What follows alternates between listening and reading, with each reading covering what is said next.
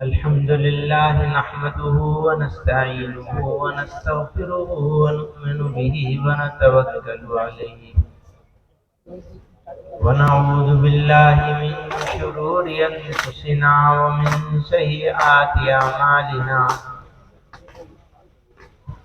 मन यहदिहिल्लाहु फला मुदिल्ल लहु व मन युद्लिल फला हादिय लहु वनशहदु अल्ला इलाहा इल्लल्लाह वहदहु ला शरीका लहु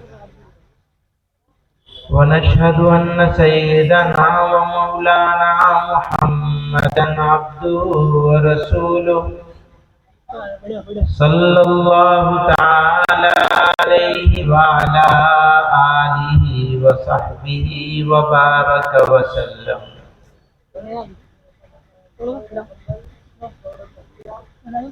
इस अज़ीम शान सीरत इजलास के सदर मोहतरम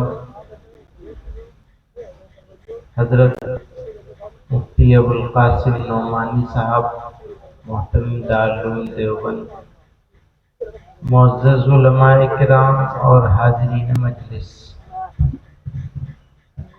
मेरे लिए ये बहुत बड़ा अजीम और सुनहरा मौका है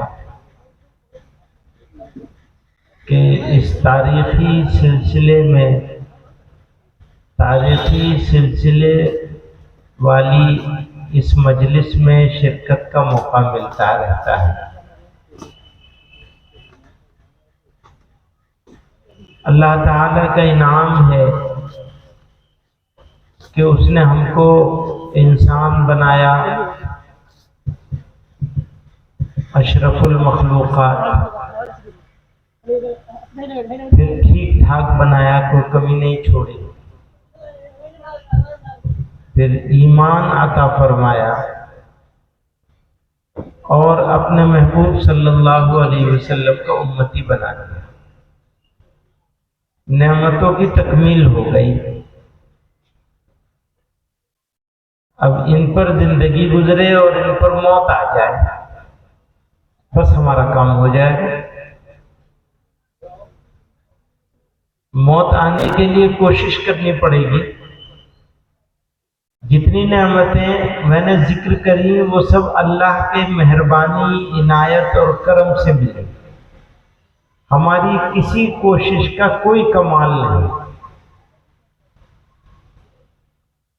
अब मौत भी ईमान पर आए ये भी अल्लाह ही की मेहरबानी से होगा, लेकिन कोशिश हमें करनी पड़ेगी। अल्लाह और उसके रसूल सल्लल्लाहु अलैहि वसल्लम के अहकामात के मुताबिक कि हम अगर हुक्म मानेंगे तो हमारा काम हो जाएगा, नहीं मानेंगे तो मुश्किल है। हो भी सकता है, नहीं भी हो सकता। ईमान तो पेड़ की तरह है। हज़रत फरमाते थे हमारे कि ईमान तो पेड़ की तरह है। अगर उसको पानी दोगे, खाद दोगे, उसका ध्यान रखोगे तो वो फलेगा फूलेगा। और अगर उसमें तुमने तेजाब डाल दिया तो वो सूख जाएगा। तो गुनाह करना और करते रहना ऐसा है गोया कि आपने उसमें तेजाब डाल दिया। इंसान की शख्सियत इनफरादी तौर पर इंसान की शख्सियत वो कैसी होनी चाहिए दुनिया वालों के लिहाज से? वो कौन सी चीजें हैं जो हमारे पास अगर होंगी तो हम एक बाइज्जत कौम बन जाएंगे या बाइज्जत फर्द बन जाएंगे?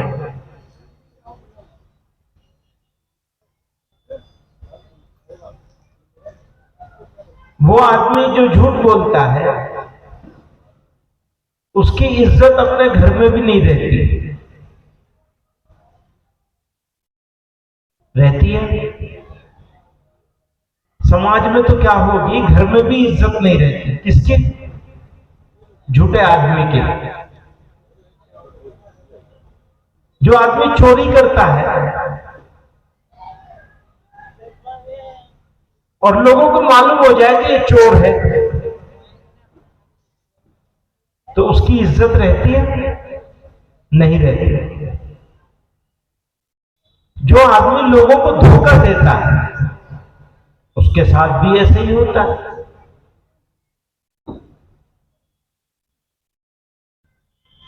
तो अगर अल्लाह ताला की बात माननी शुरू कर दी जाए और जनाब रसूलुल्लाह सल्लल्लाहु अलैहि वसल्लम के तरीकों पर चलना शुरू कर दिया जाए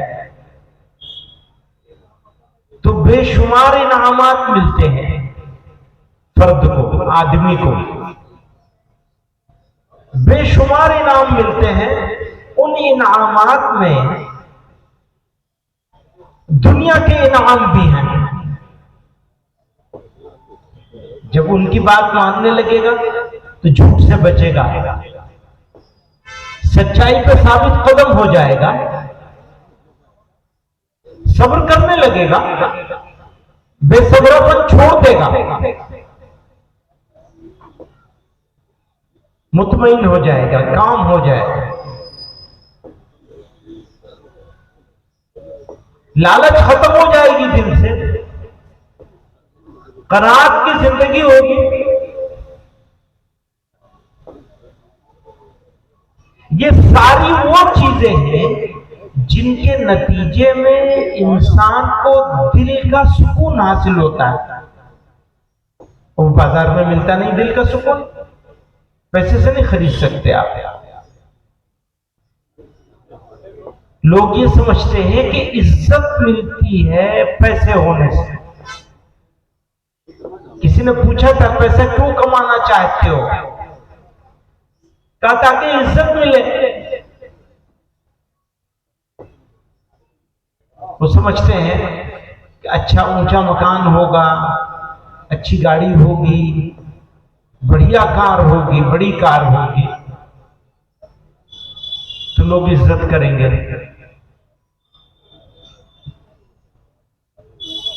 गलत है। सामने से हो सकता है लोग इज्जत करने में लगे, दिल में इज्जत, हमारे और आपके दिल में इज्जत किसी दूसरे आदमी के लिए किन चीजों से पैदा होती है? अपने दिल को टटोल के देखिए। भाई ये तो सच्चा आदमी है। किसी दूसरे आदमी के बारे में जब हम सोचते हैं कि उसकी कोई अच्छाई हमारे सामने आए तो किन चीजों से आती है?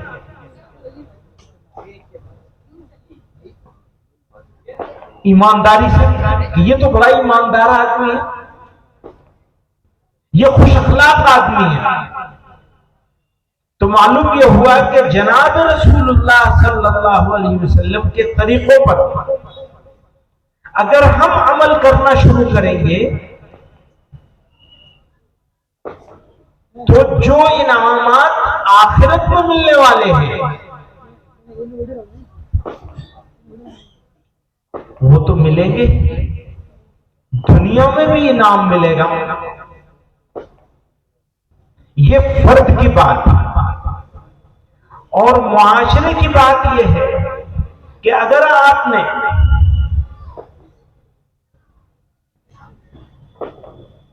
मुआशरे को बेहतर बनाना है, नबी अलैहिस्सलातु वस्सलाम के साथ हम लोगों का रिश्ता मोहब्बत का है।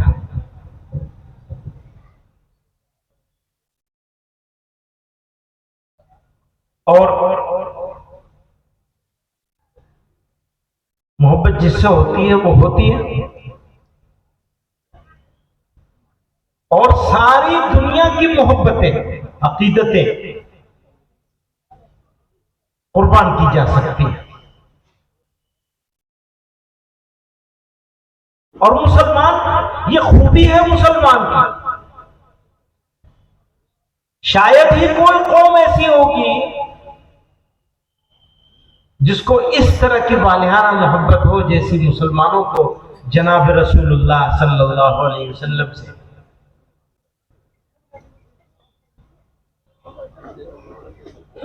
और ये मोहब्बत हमारे लिए सरमाया है हमारी जिंदगी का। हर चीज पर समझौता किया जा सकता है, इस पर समझौता नहीं किया जा सकता। और ये कितना कमजोर मुसलमान है। अल्हम्दुलिल्लाह, अल्लाह ताला की मेहरबानी है, उसका करम है। अमल के एतबार से कितने ही कमजोर हो, पर जनाब रसूलुल्लाह सल्लल्लाहु अलैहि वसल्लम की मोहब्बत वो मुसलमान के दिल में रासिख है, बैठी हुई है। और इसकी वजह से लोगों को बहुत सारी उलझन है। मौलाना अब्दुल बातिल साहब तकरीर कर रहे थे,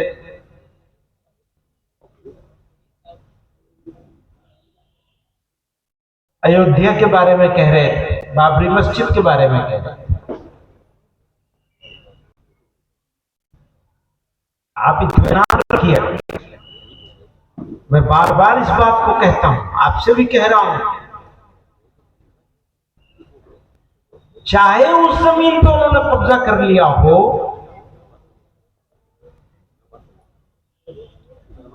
और चाहे उनको वो जमीन जायज नाजायज तरीके से नाजायज तरीके से ले ली हो, लेकिन मुकदमा असलन वो हार गए।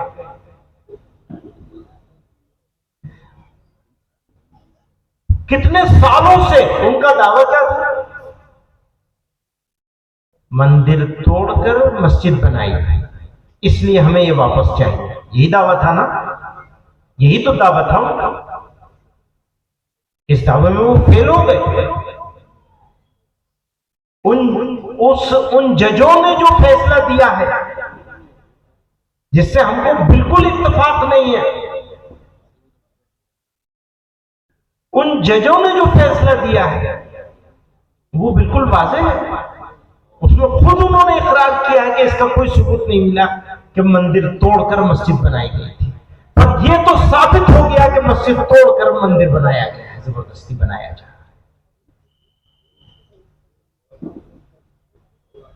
मैं वापस जाता हूं उस मौजू पर जो आज का मौजू है, जनाब रसूलुल्लाह सल्लल्लाहु अलैहि वसल्लम के साथ मोहब्बत। तो मोहब्बत के तो अलग अलग पैमाने होते हैं। सही पैमाना क्या है? बात मानने वाला हो जाना। बात मानेंगे, तरीके पर चलेंगे तो आप कामयाब हो जाएंगे। बात नहीं मानेंगे तो मोहब्बत के उस मेयार को तो पूरे नहीं कर सकते जो मेयार मतलूब है।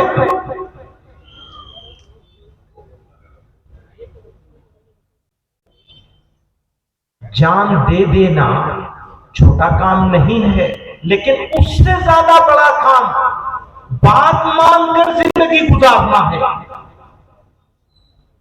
जान देना भी बड़ा काम है, बात मानना उससे ज्यादा बड़ा काम है। फिर बात मानने के लिए जान देनी पड़े, बात मानते हुए तो सुभान अल्लाह कहना ही क्या। आप समझ रहे हैं मेरी बात? बात नहीं मानते हुए जान दे देना एक काम है, बात मानते हुए जिंदगी गुजारना और जान देने के लिए तैयार रहना ये एक अलग काम है। ये सबसे बड़ा काम है और ये मेयार है। आप बात मान रहे हैं या नहीं मान रहे? अपनी मर्जी से फैसला करके जान देने का, बात मानते हुए दोनों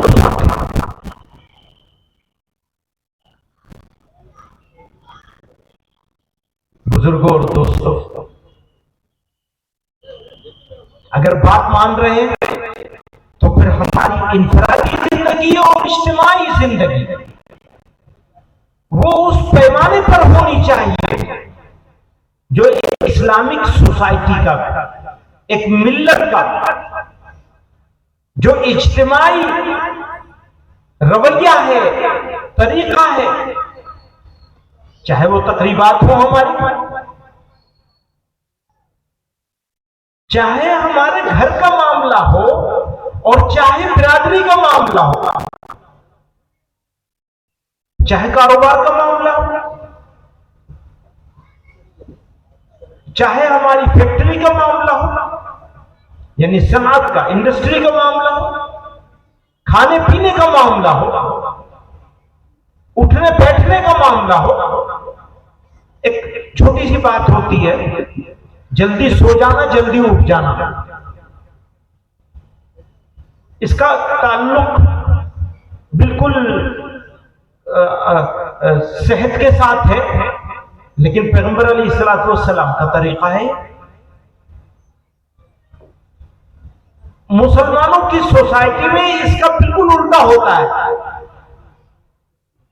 जब लोग अपना आधा काम, दुनिया वाले अपना आधा काम निपटा चुके होते हैं, तो मुसलमानों की सुबह होती है। हो सकता है बनारस ऐसा ना हो, आमतौर पर ऐसे ही होता है।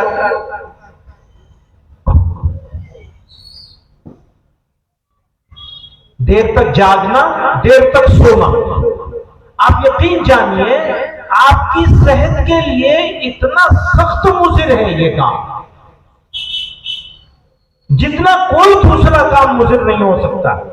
पेट भरे पेट पे खाना खाना, देर तक जागना, देर तक सोना। ये नहीं मालूम कि किस वक्त खाना है, क्या खाना है, कितना खाना है। भैंस बैल की तरह से भाई, खाने का वक्त मुतय्यन होना चाहिए, मिकदार मुतय्यन होनी चाहिए। खाना किस तरीके से आया है ये मुतय्यन मालूम होना चाहिए, तो जिंदगी में बरकत पैदा होगी। अब जवान लोग अपनी जवानी को जाया कर रहे। वालिदैन, सबसे ज्यादा जरूरत वालिदैन की तरबियत की है। अगर घर में बकरी पालते हैं, उसकी जितनी निगहदाश्त कर लेते हैं, कम से कम अपने बच्चों की इतनी कर लिया करो भाई। बच्चों की तरफ तवज्जो ही नहीं है। क्या कर रहे हैं, कहां आ रहे हैं, कहां जा रहे हैं, कैसे अखलाक है, कैसी तरबियत हो रही है, कैसी तालीम हो रही है, कुछ नहीं मालूम। बस चल रहा है काम, और चल रहा है तो बस चल रहा है। ये तो आपकी अगली नस्ल है। मिल्लत की बागडोर इन्हीं जवानों के हाथ में आनी है, इन्हीं बच्चों के हाथ में आनी है। इन्हीं से मालूम होगा कि ये कैसी कौम है। कौम मिन हैसुल कौम, कुर्बानी देने वाली है या खुदगर्ज है। अगर कोई कौम मिन हैसुल कौम या कौम के अक्सर अफराद खुदगर्ज हो जाएंगे, अपने बारे में सिर्फ सोचेंगे। देखिए, अपने बारे में सोचना बुरा नहीं है, लेकिन सिर्फ अपने बारे में सोचना तो सिर्फ कुत्ता ही करता है, आदमी नहीं कर सकता। आदमी की खुसूसियत यह है कि वो अपने बारे में तो चाहे सोचे, जरूर सोचना चाहिए अपने बारे में, लेकिन दूसरे के बारे में भी सोचना चाहिए। और मुसलमान तो ऐसा हो ही नहीं सकता कि जो सिर्फ अपने बारे में सोचे। पर आप अपने बच्चों को ऐसी क्या तरबियत दे रहे हैं जिसकी वजह से ये बेगर्ज हो जाए, दूसरों के बारे में सोचने लगे? दे रहे हैं कुछ सोच रहे हैं, कुछ कर रहे हैं? अगर कर रहे हैं बहुत अच्छी बात है, नहीं कर रहे हैं तो अभी भी मौका है, करने की कोशिश होनी चाहिए शुरू। उसके लिए अपने अंदर बदलाव लाना पड़ेगा। बच्चे अपने बड़ों को देखते हैं, जब बात कर रहे हैं तो वो कितनी बात कर रहे हैं, क्या बात कर रहे हैं, किस तरह की बात कर रहे हैं। आप घर में बैठे हैं, फोन आया, आपने बच्चे की मौजूदगी में, बच्चा खेल में है, आप याद रखिएगा इस बात को। छोटा बच्चा बिल्कुल खेल रहा है, आपने किसी से फोन पर अगर ये कह दिया भूले से भी कि मैं तो अभी दुकान पर हूं, मैं फला जगह काम पर हूं, अभी घर पे नहीं हूं। तो आप ये बात मत समझिए कि उसने सुना नहीं है, वो सीख गया झूठ बोलना। फिर आपको अफसोस होता है कि मेरे बच्चे तो झूठ बोलते हैं। वालिदैन से सीखते हैं बच्चे। तो आपको इनफरादी जिंदगी और इज्तिमाई जिंदगी दोनों में आप देख लीजिए कि हमारी जो तकरीबात होती हैं वो कैसी होती है। अगर तकरीबात में हमने ध्यान नहीं किया, अगर तकरीबात हम इसी तरह करते रहे जैसे हो रही हैं, हमारी शादी ब्याह। आज मैं अभी एनडीटीवी की आज शाम में खबर पढ़ रहा था, केरला की एक मुसलमान डॉक्टर ने खुदकुशी की है, औरत ने, जहेज की वजह से। रिश्ते टूट गए, पहला हुआ वो खत्म हुआ, दूसरा खत्म हुआ, तीसरा खत्म हुआ। डॉक्टर थी, आखिर खुदकुशी कर ली। मिल्लत की ज़बूहाली का ये हाल है, यहां पहुंच गई है। कितनी बड़ी तादाद है लोगों की जो बगैर निकाह का, और बाकी सारे काम चल रहे हैं मुसलमानों के, सब हो रहा है वैसे ही। और हमारी बेइज्जती है।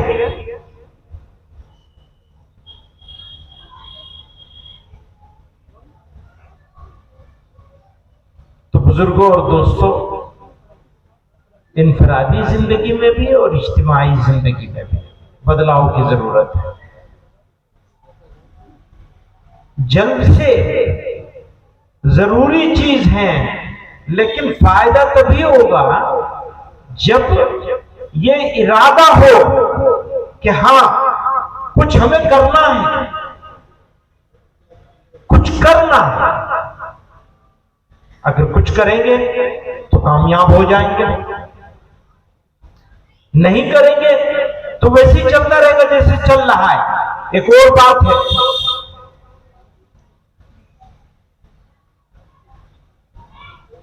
दूसरे को तब्दील करने का काम हम लोग करते हैं, दूसरे की तब्दील करने की कोशिश करते हैं, अपने आप को बदलने की कोशिश नहीं करते। दूसरों के बदलाव से बदलाव नहीं आएगा, अपनी तब्दीली से बदलाव आएगा। हम तो दूसरों की तरफ देखते हैं, अपनी तरफ नहीं देखते। हमें खुद को अपनी तरफ देखना, हम क्या हैं, क्या कर रहे हैं, इनफरादी जिंदगी में क्या कर रहे हैं और इज्तिमाई मामलात में क्या कर रहे हैं। अगर हम इज्तिमाई मामलात में चीजों को ठीक जगह पे रखकर ठीक तरीके से कर रहे हैं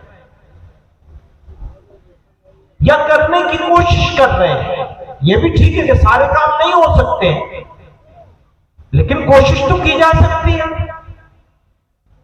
अगर कोशिश करेंगे तो काम हो जाएगा इंशाअल्लाह, नहीं कोशिश करेंगे तो कुछ भी नहीं होगा।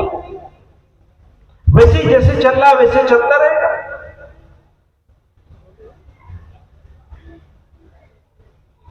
और जैसा चल रहा है उसके ऊपर रोशनी डालने की तो कोई जरूरत नहीं है। जैसा चल रहा है वैसा चलता रहेगा। वो बच्चों और बच्चियों का तस्करा कर रहे थे, बेहयाई आम हो गई। मौलाना तस्करा कर रहे थे पहली तकरीर में।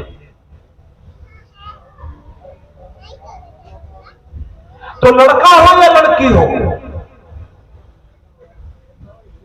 अगर गैर मुस्लिमों के साथ शादी करेंगे तो हराम है। बिल्कुल हराम है। इसकी किसी कीमत पर न लड़के को इजाजत न लड़की की कोई इजाजत। और क्या मतलब है इस तरह के रिश्तों का मुसलमान सोसाइटी में? इसका मतलब यह कि बचपन में दीन नहीं सिखाया गया, तरबियत नहीं करी गई, देखा नहीं गया, उनको संभाला नहीं गया, तो वो तो उम्र ऐसी होती है। साथ में पढ़ेंगे, साथ में घूमेंगे, साथ में रहेंगे, अब्बा अम्मा को पता ही नहीं है, फिक्र ही नहीं। कह रहा था मैं बकरी के जितने फिक्र करते हो उतनी कर लो अपने बच्चों की फिक्र। वालिदैन की जिम्मेदारी है, बच्चों को बुरा कहने से कुछ मतलब नहीं होगा, वालिदैन ही की जिम्मेदारी है। बचपन से उसको दीन सिखाने की जरूरत है, इसलिए मकतब की बात होती है कि मकतब की तालीम सब बच्चियों और बच्चों को देना फर्ज आइन है मुसलमानों पर, कि वो अपने बच्चों और बच्चियों को दीन की बुनियादी तालीम से आरास्ता करते हैं। ये फर्ज आइन है हर मुसलमान के लिए। उतना कुरान सीखना, उतना दीन सीखना जितना मकतब के जरिए से सिखाया जाता है। फिक्र ही नहीं। पूरे पूरे मोहल्ले में अगर कहीं एक मकतब होता है, लोग मुतमईन हो जाते हैं, हाँ जी एक मकतब है। पूछो भैया बच्चे कितने हैं यहाँ? 1100 बच्चे हैं, मकतब एक है, कहीं तो एक भी नहीं है। और जहां एक है वहां सब मुतमईन है कि जी बना हुआ है।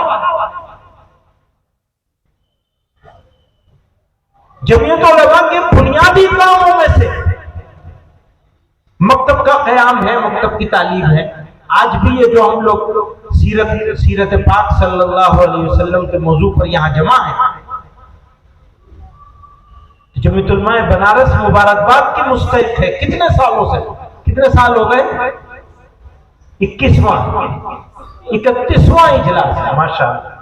31 साल हो गए, 31 साल से लगातार कर रहे हैं। साल तो ज्यादा हुए होंगे, बीच में कई साल छूटे हैं, कोविड वाले छूटे हैं और भी कुछ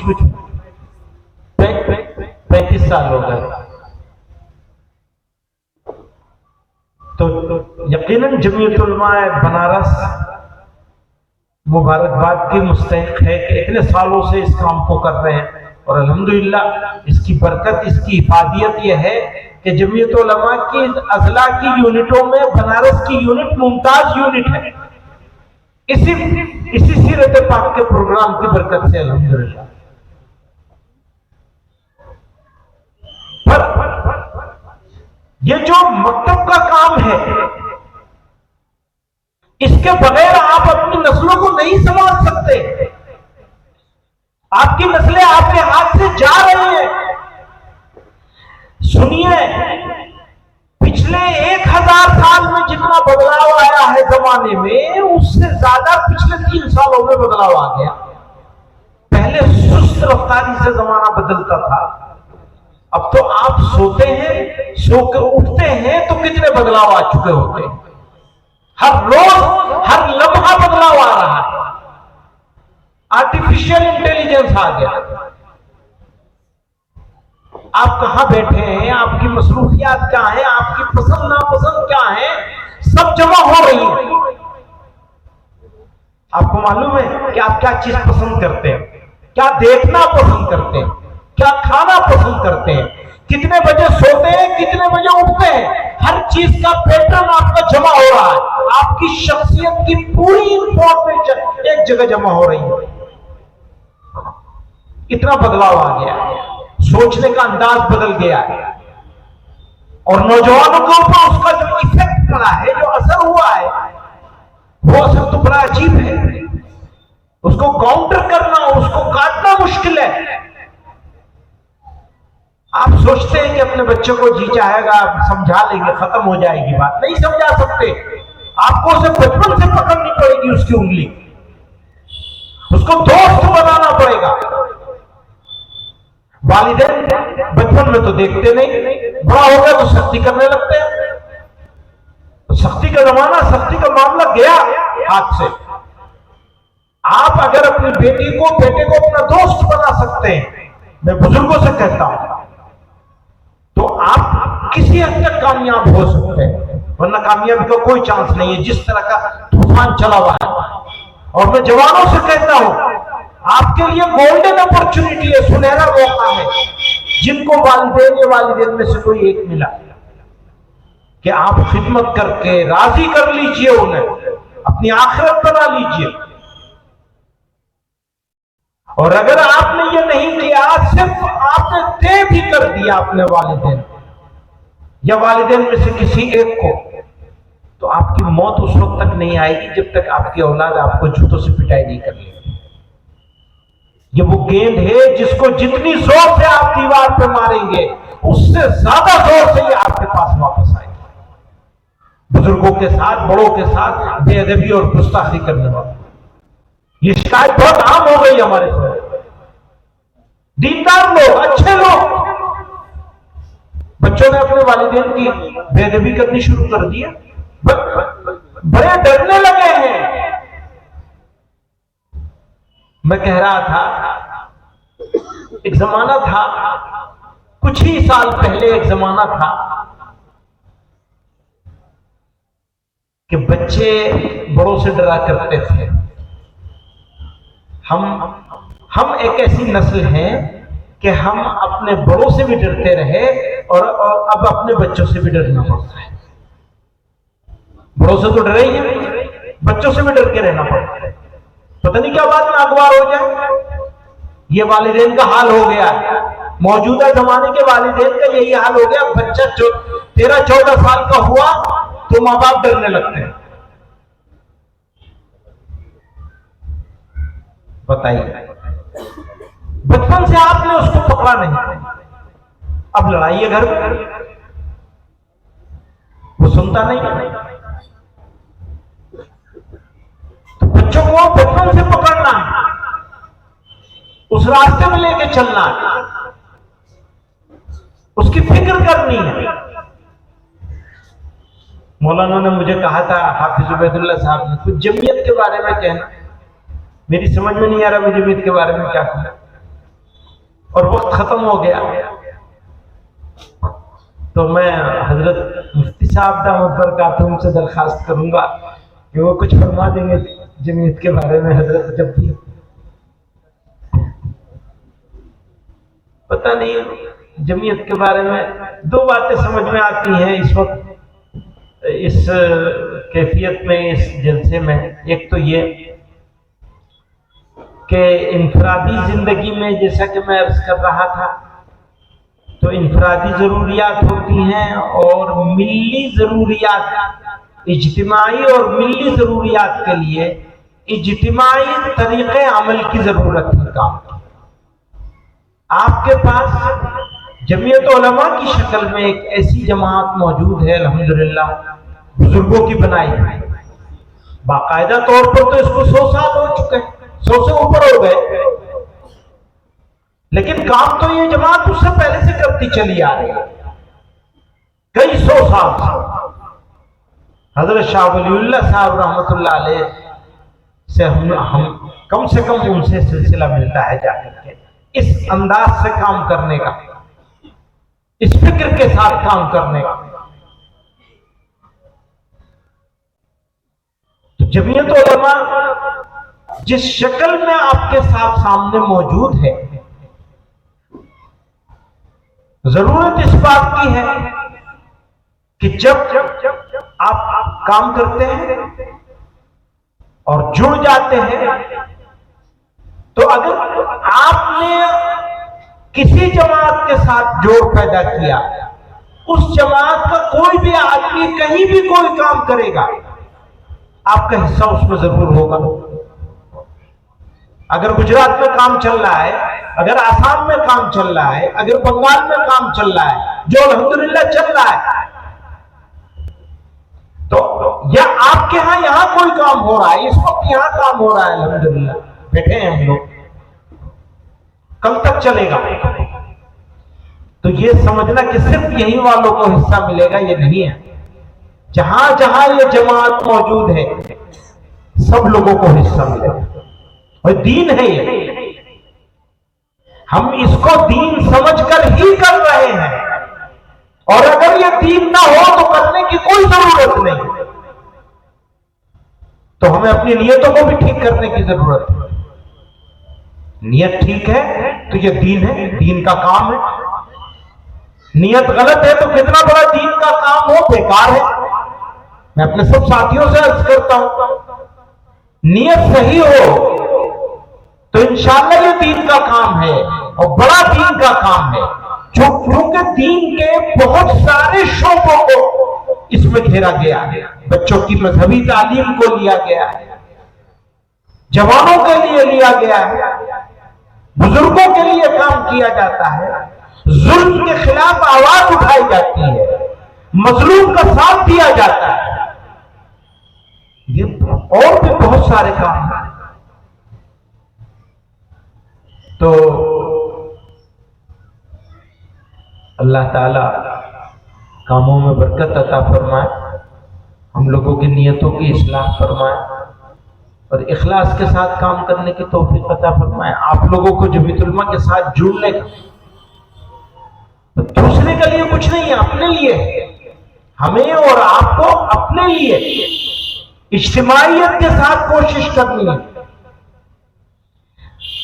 कई जरूरतें हैं जो बगैर इज्तिमाइयत के पूरी हो जाती हैं, लेकिन कई जरूरतें ऐसी हैं जो बगैर इज्तिमाइयत के पूरी नहीं हो सकती।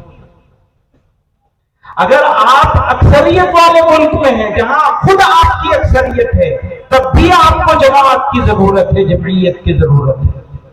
और अगर आप ऐसे मुल्क में हैं जहां आप अक़लियत में हैं, तो यह जरूरत और ज्यादा बढ़ जाती है। अपने नस्लों के ईमान की हिफाजत के लिए आपको जमा होना है, जमा हो की कोशिश करनी है।